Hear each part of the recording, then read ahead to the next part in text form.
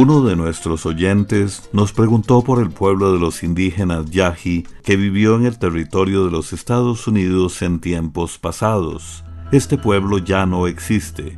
No queda ni un solo descendiente de ellos. La historia de este pueblo es muy triste y a la vez muy hermosa. Es conmovedora y triste porque nos damos cuenta que los seres humanos, con tal de dominar a otros, cometen exterminio sin piedad. Y es hermosa porque, gracias a ella, surgen en nosotros sentimientos que nos ayudan a evitar que, en nuestros días, otros pueblos indígenas sufran el mismo triste final que corrió el pueblo Yahi. Conoceremos hoy esta historia por lo que contó el último de los Yahi que logró sobrevivir después de escuchar una canción dedicada al amanecer. Es de los indígenas cherokees que todavía habitan en los Estados Unidos, pues como les dijimos, el pueblo Yahi ni siquiera nos pudo dejar un recuerdo de sus canciones.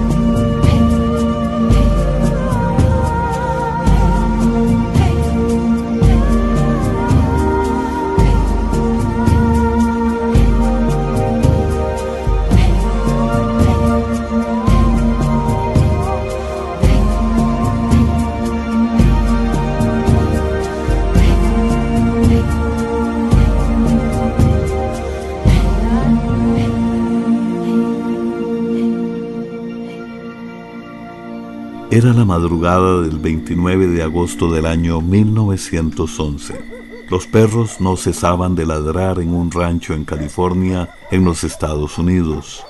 Los guardas se levantaron para ver qué pasaba, y como un ave que hubiera chocado contra la cerca, se encontraron un hombre en el suelo. Estaba desnudo, solo medio cubierto con un pedazo de poncho. Tiritaba de frío, o de angustia, o de miedo. Eso jamás lo sabremos. Volvió sus grandes ojos negros hacia los guardas y no dijo ni una palabra, por más que le preguntaron una y otra vez quién era. Le pusieron esposas, lo subieron a un automóvil y lo llevaron a un calabozo que se usaba para los que habían perdido el uso de la razón. El hombre se veía completamente agotado, pero no quería beber ni comer. Comenzó a decir algunas palabras, pero nadie lo podía entender. Por sus rasgos y el color de su piel, se reconocía que era un indígena. Al no poder comunicarse con él, decidieron publicar su fotografía en los periódicos y 2 días después llegó un científico que trabajaba en un museo y conocía algunos idiomas indígenas. El científico le habló en varios idiomas, pero no hubo respuesta. El hombre de grandes ojos guardó siempre silencio. El científico no se quería dar por vencido. Cogió un diccionario que tenía palabras en idiomas que hablaban otros indígenas que habían habitado esas zonas y comenzó a leerlas una a una. Pero el hombre no entendía. Por fin, ya casi perdida la esperanza, el científico pronunció la palabra Sigüini, que en el idioma de los indígenas llana quiere decir pino amarillo, y al mismo tiempo le señaló la madera de la cama. Esa palabra sí la entendió, porque así también le decía a su pueblo al pino. Grande fue la alegría de los dos, pues habían comenzado a entenderse. De ahí en adelante, el científico señalaba alguna cosa y con un gesto le preguntaba al hombre cómo la llamaba él. El indígena se lo decía y el científico lo apuntaba. Desde ese día, ese hombre silencioso comenzó a comer y a hablar.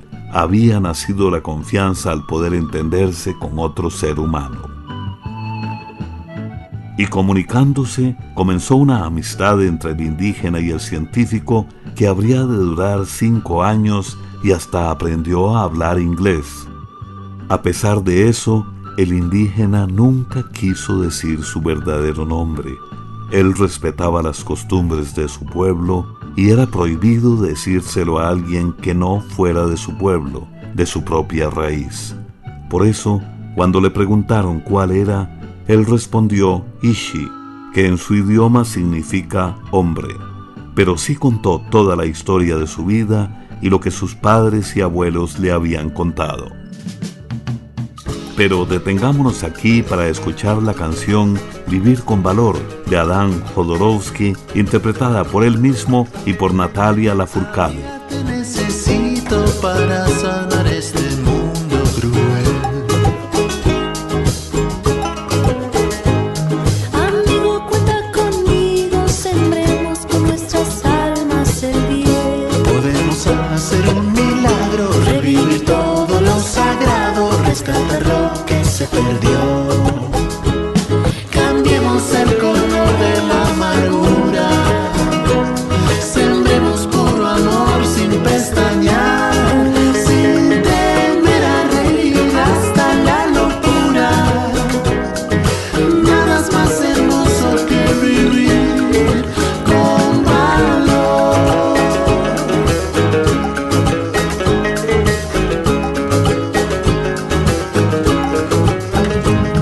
Del cielo caen recuerdos de cantos que fueron parte del ser. Ya no demos por vencida la luz que nos abrazaba ayer. Podemos hacer un milagro, revivir todo lo sagrado, rescatar lo que se perdió. Cambiemos el color de la amargura, sembremos puro amor sin pestañear, sin temer a reír hasta la locura. Nada es más hermoso que vivir con valor.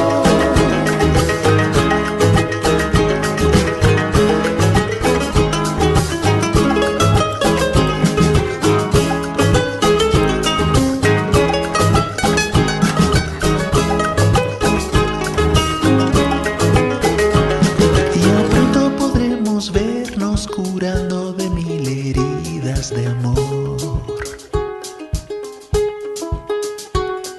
Llenemos con esperanza las almas que ya no sienten calor. Podemos hacer un milagro, revivir todo lo sagrado, rescatar lo que se perdió. Cambiemos el color de la amargura, sembremos puro amor sin pestañear, sin temer a reír hasta la locura. Nada es más hermoso que vivir con valor. Con valor.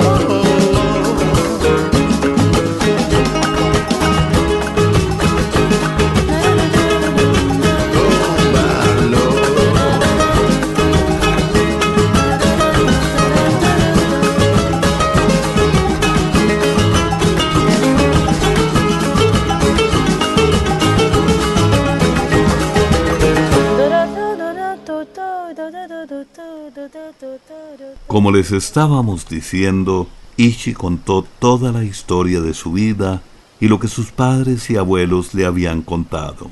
Él pertenecía al pueblo Yahi.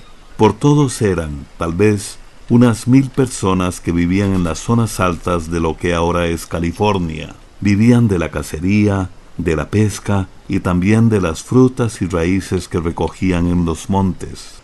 Su principal alimento era una harina que sacaban de las semillas de los robles. No usaban utensilios de ninguna clase ni nada que fuera de barro o metal.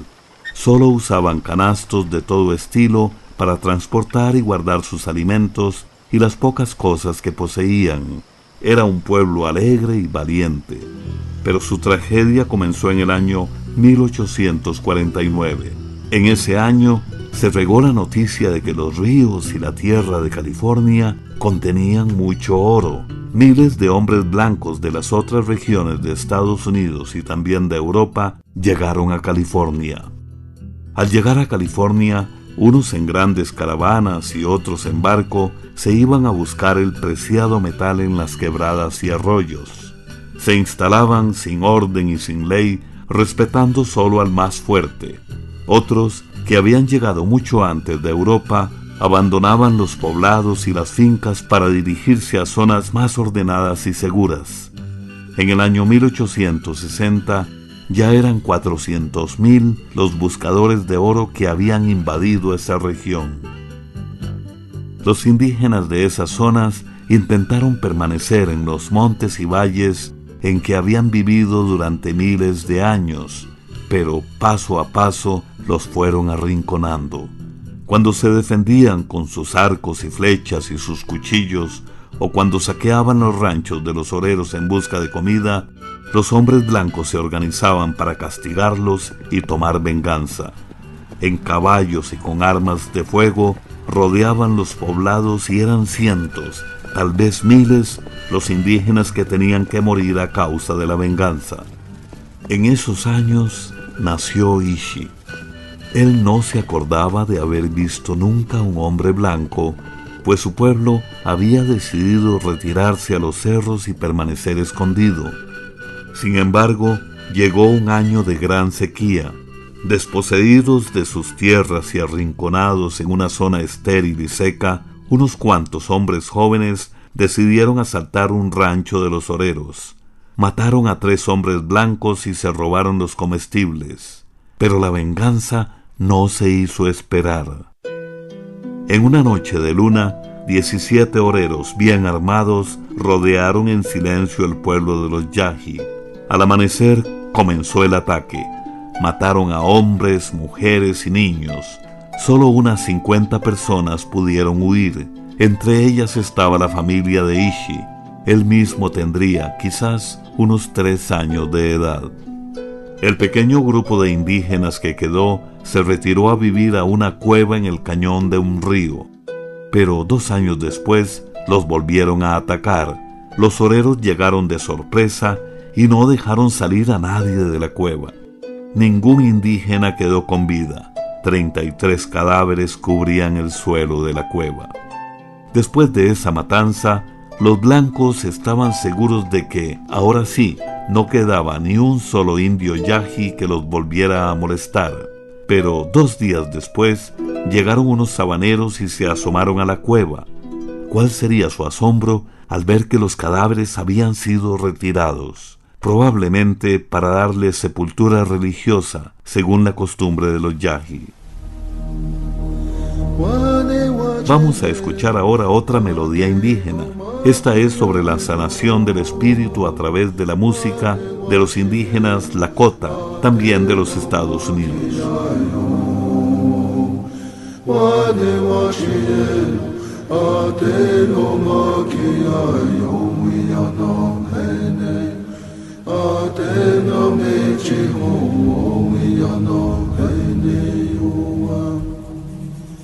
Ashiya che che che lo wane wachiye ate homa kiyayo wane wachiye ate homa kiyayo wani wachieno ateya no maineo.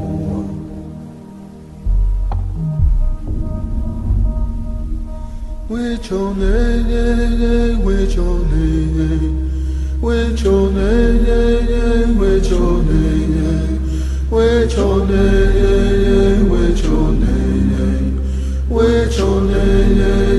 wichone wichone chokoki elo no mo wachi ya no mene wichone wichone wichone wichone wichone chokoki elo no mo wachi ya no mene.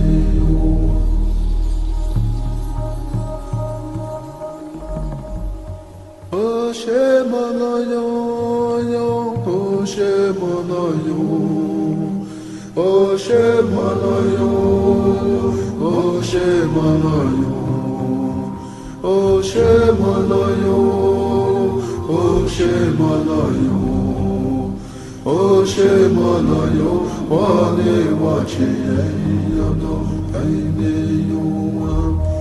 Wakatakarayo, Oshemanayo, Oshemanayo, Oshemanayo, Oshemanayo, Wane wachi no aineyo. Wichone, wichone, wichone, wichone, wichone, wichone, wichone, wichone, wichone chokoki elo no mo wachi ya no mene wichone, wichone, wichone, wichone, wichone chokoki elo no mo wachi ya no mene ya no mene.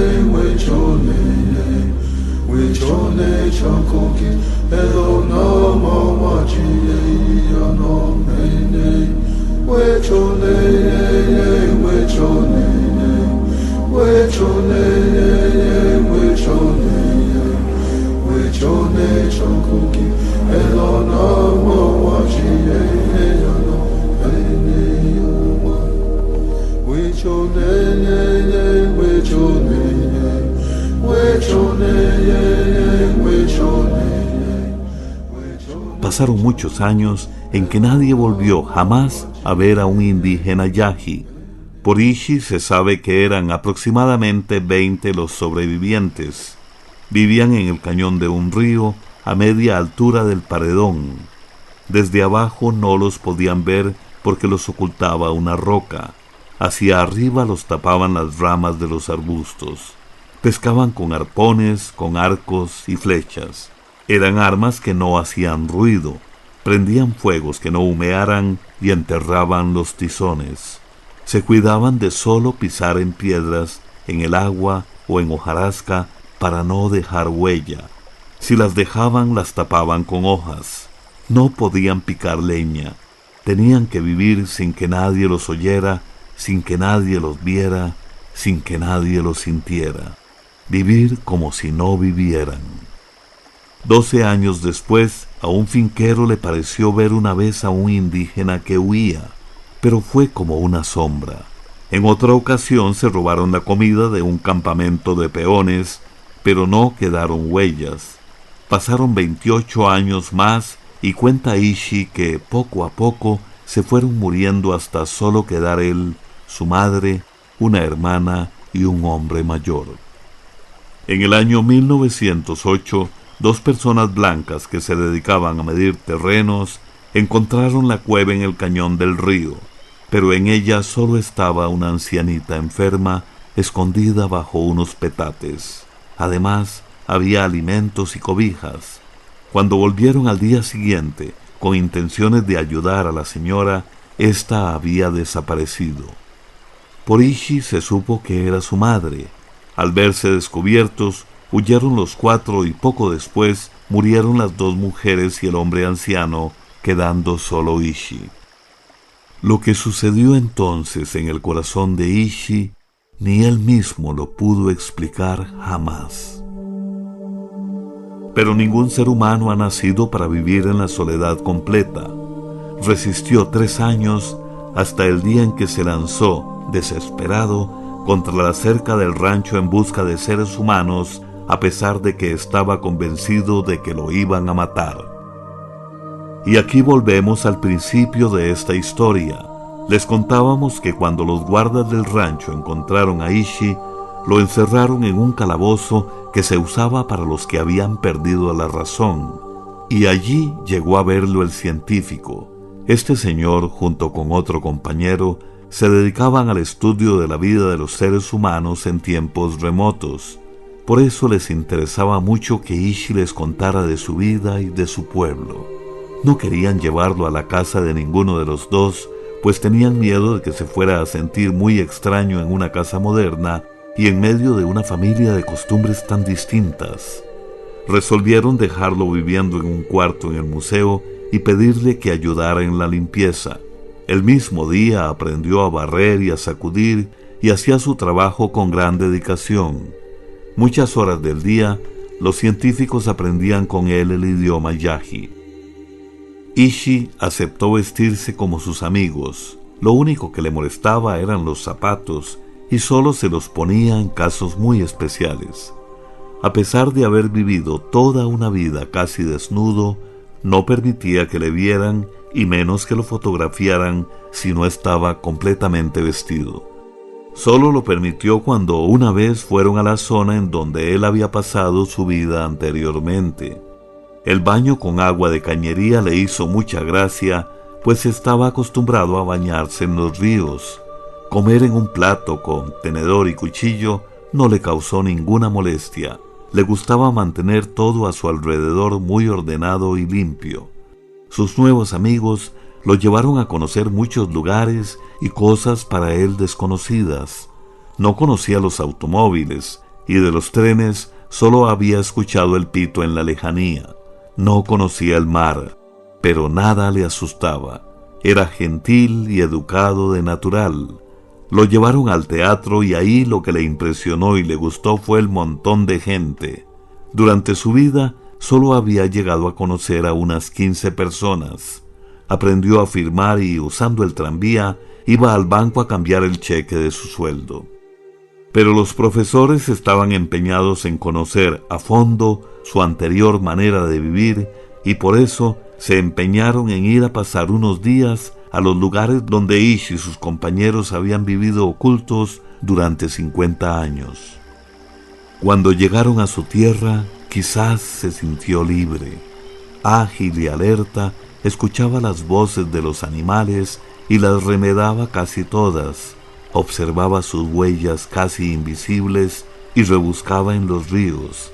En cosa de minutos y sin herramientas, hacía un arpón para pescar, lo mismo que puntas de lanza de piedra para cazar animales grandes. Sus amigos lo vieron tirar fácilmente con arco y flecha un pájaro que alzaba vuelo, un conejo en plena carrera y un venado que estaba a más de 35 metros. Lo que desesperaba a los profesores y no podían entender era su paciencia. Ishi podía permanecer horas enteras en un mismo lugar sin hacer el menor movimiento, esperando a su presa. Él sabía qué animal tendría que pasar por ahí y nunca fallaba. Les mostró a los profesores más de 200 plantas medicinales y les explicó su uso. También les mostró cómo se hacían cuerdas muy resistentes de las fibras de algunas plantas que usaban para bajar desde lo alto de los cañones hasta el río y volver a subir. Les enseñó también a prender fuego con solo 2 pedazos de madera. Cuando los profesores vieron a Ishi tan lleno de vida en su ambiente, pensaron que iba a querer quedarse, pero Ishi, con tristeza, les dijo que no. Quería vivir hasta su muerte en el museo. Y así fue. En el año 1916, 5 años después de haber llegado, Ishi enfermó gravemente de tuberculosis. El médico que lo atendió y cuidó en el hospital también le puso un gran cariño. Admiraba la fuerza extraordinaria de ese hombre que, a pesar del hambre, el dolor y de la muerte de todos sus seres queridos, nunca perdió su moral, nunca perdió su fe. Siempre fue recto, sincero, humanitario y compasivo, y así tiene que haber sido su familia y su pueblo. Cuando murió, dijo el doctor, Ishi era valiente y disciplinado, y a pesar de que los hombres le quitaron todo, no había amargura en su corazón. Tenía el alma de un niño y el espíritu de un sabio. Lo enterraron según las costumbres de su pueblo. Su cuerpo fue quemado y las cenizas se depositaron en una urna indígena junto con su arco, 5 flechas, un canasto con harina de semillas de roble y algunas puntas de lanza. Y aunque nunca sabremos el nombre de Ishi, como tampoco sabemos el nombre de tantos niños, mujeres y hombres indígenas que aún nos acompañan, que esta historia nos llene de esperanza para seguir juntos conviviendo en paz en esta tierra que es de todos los seres humanos que habitamos en ella.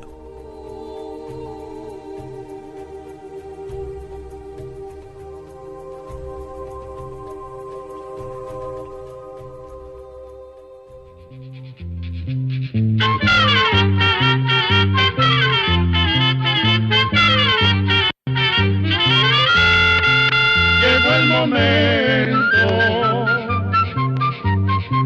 de despedirnos. Se va a la escuela, se va cantando.